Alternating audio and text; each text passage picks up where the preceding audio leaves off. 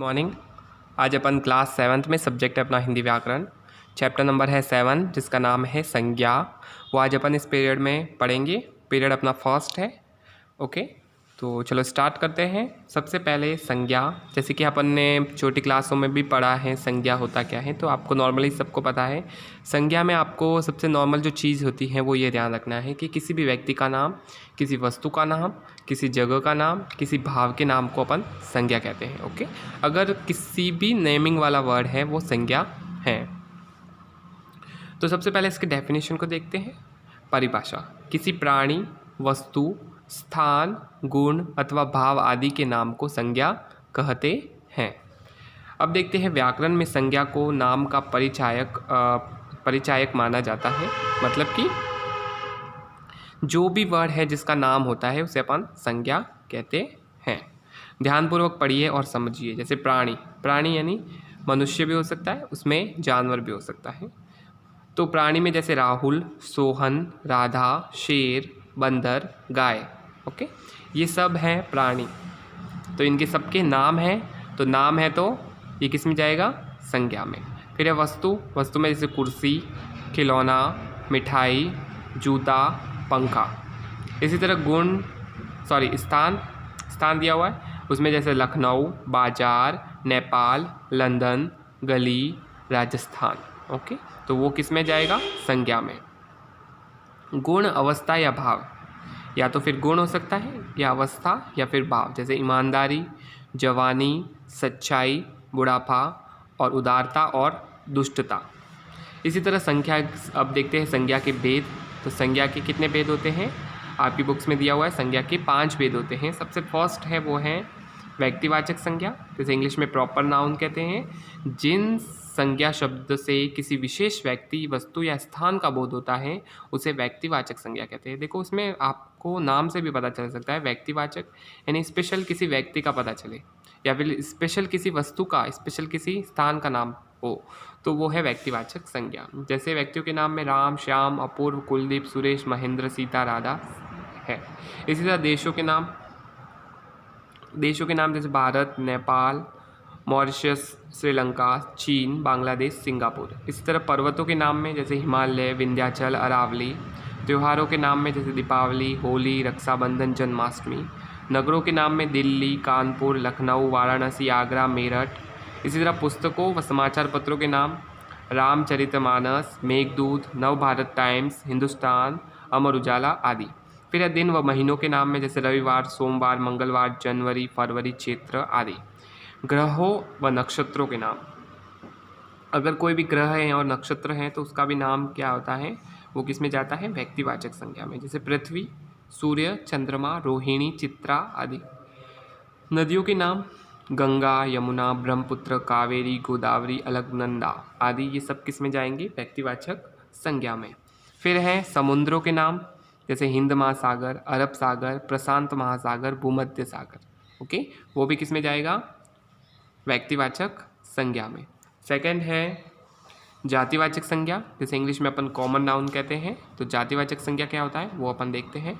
जिस संज्ञा शब्द से संपूर्ण जाति, वर्ग या समुदाय का बोध होता है उसे जातिवाचक संज्ञा कहते हैं। जैसे बालक, पुस्तक, नगर, पर्वत, मनुष्य, नदी, बहन, भाई, वर्षा, बिजली, आम, कुर्सी, कवि, अध्यापक, घोड़ा, मामा, चाचा, फूल, तोते, कबूतर। ओके, जिन शब्दों से आपको ये पता चले कि ये किसी संपूर्ण जाति का बोध करवा रहे हैं या फिर किसी समुदाय का बोध कर रहे हैं, ग्रुप का पता चल रहा है, तो उसे अपन कहेंगे जातिवाचक संज्ञा। थर्ड है भाववाचक संज्ञा, जिसे इंग्लिश में कहते हैं एब्स्ट्रैक्ट नाउन। वे शब्द जो किसी गुण, दशा, अवस्था या भाव का बोध कराएं भाववाचक संज्ञा कहलाते हैं। जैसे सुख, दुख, अपमान, बचपन, बुढ़ापा, जवानी, मित्रता, शत्रुता, उदारता, शीतलता, गर्मी, मिठास आदि। इस संज्ञा का हम केवल अनुभव ही कर सकते हैं। इसका केवल क्या कर सकते हैं? अपन फील कर सकते हैं। ये वाली जो संज्ञा होती है भाववाचक संज्ञा, इसको फील किया जा सकता है। ओके, आगे है नेक्स्ट, जैसे याद रखिए मैं दिया हुआ है आपको। फर्स्ट, व्यक्तिवाचक और भाववाचक संज्ञाएं एक वचन में प्रयुक्त होती है, किंतु जब विशेष परिस्थितियों, आवश्यकताओं अथवा रूढ़ियों के कारण एक व्यक्ति या भाव के लिए प्रयुक्त न करके व्यक्ति, सामान्य व भाव सामान्य के लिए प्रयुक्त किया जाता है तो वे जातिवाचक बन जाती है। उस समय वे बहुवचन भी हो सकती है, जैसे सीताओं को आज भी अग्नि परीक्षा देनी पड़ती है। कश्मीर सुंदरताओं की जन्मभूमि है। कालिदास हिंदी के शेक्सपियर हैं। फिर हैं देश को हरिश्चंद्रों की आवश्यकता है। सेकंड है कभी कभी कोई जातिवाचक संज्ञा जब जाति वर्ग का बोध न करके कराकर किसी व्यक्ति विशेष का बोध कराती है तब वह व्यक्तिवाचक संज्ञा बन जाती है। जैसे यह देश गांधी और नेहरू का है। गांधी तथा नेहरू यद्यपि जातिवाचक हैं, परंतु यहाँ गांधी से अभिप्राय मोहनदास करमचंद गांधी से है तथा नेहरू से अभिप्राय जवाहरलाल नेहरू से, इसलिए ये शब्द व्यक्तिवाचक हैं। फोर्थ है समूहवाचक संज्ञा, जैसे इंग्लिश में कलेक्टिव नाउन्स कहते हैं अपन। तो जिस संज्ञा शब्द से वस्तु अथवा व्यक्ति के समूह का बोध हो उसे समूहवाचक संज्ञा कहते हैं। ओके, तो इसके नाम से ही स्पष्ट हो जाता है, समूहवाचक मतलब समूह का पता चलेगा, उसे कहेंगे समूहवाचक संज्ञा। व्यक्तियों का समूह जैसे कक्षा, दल, समूह, सभा, गिरोह, सेना आदि। वस्तुओं का समूह जैसे गुच्छा, कुंज, मंडल आदि। 5 है पदार्थवाचक संज्ञा, जैसे इंग्लिश में कहते हैं मटेरियल नाउन्स। ओके, पदार्थ जिसमें सारे मटेरियल आएंगे उसे बोलेंगे पदार्थवाचक संज्ञा। जिस संज्ञा शब्दों के विभिन्न पदार्थों का बोध हो उन्हें पदार्थवाचक संज्ञा कहते हैं, जैसे लोहा, सोना, पीतल, तेल, गेहूँ, चावल आदि। भाववाचक संज्ञाओं की रचना, फॉर्मेशन ऑफ एब्स्ट्रैक्ट नाउन्स। भाववाचक संज्ञाओं को 2 वर्गों में रखा जा सकता है। कुछ संज्ञाएं अपने मूल रूप में भाववाचक संज्ञाएं होती हैं, जैसे सुख, दुख, मान, अपमान आदि। कुछ भाववाचक संज्ञाएं अन्य शब्दों से बनाई जाती हैं, जैसे मित्र से मित्रता, सफल से सफलता, कठोर से कठोरता आदि। फिर है भाववाचक संज्ञाओं की रचना निम्नलिखित 5 प्रकार के शब्दों से होती है। फर्स्ट है जातिवाचक से भाववाचक संज्ञा बनाना। तो देखो जातिवाचक से भाववाचक कैसे बन सकता है, जैसे बच्चा शब्द है उसके पीछे अपन पन जोड़ते हैं तो बचपन बन जाता है। मित्र का मित्रता, पशु का पशुता, तो दा जुड़ा हुआ है मतलब भाववाचक संज्ञा। शत्रु का शत्रुता, नारी का नारीत्व, सेवक का सेवा, शिशु का शैशव, मनुष्य का मनुष्यता, लड़का का लड़कपन, बूढ़ा का बुढ़ापा। सर्वनाम दिया हुआ है उससे भी आप भाववाचक संज्ञा बना सकते हैं। अपना का अपनापन या अपनत्व। फिर है स्व का स्वत्व, नीच का नीचता या निजत्व, सर्व का सर्वस्व, मम का ममता, पराय का परायापन। अब देखते हैं नेक्स्ट, वो है देखो विशेषण से भाववाचक। विशेषण यानी विशेषता बताने वाले शब्दों से, तो गरीब से गरीबी, खट्टा का खटास, चतुर का चतुराई, हरा का हरियाली, बलवान का बल, लाल का लालिमा, काला का कालीमा, बड़ा का बड़ाई। फिर है क्रिया से भाववाचक संज्ञा बनाना। क्रिया यानी किसी भी काम का करना या होना पाया जाता है उसे क्रिया कहते हैं।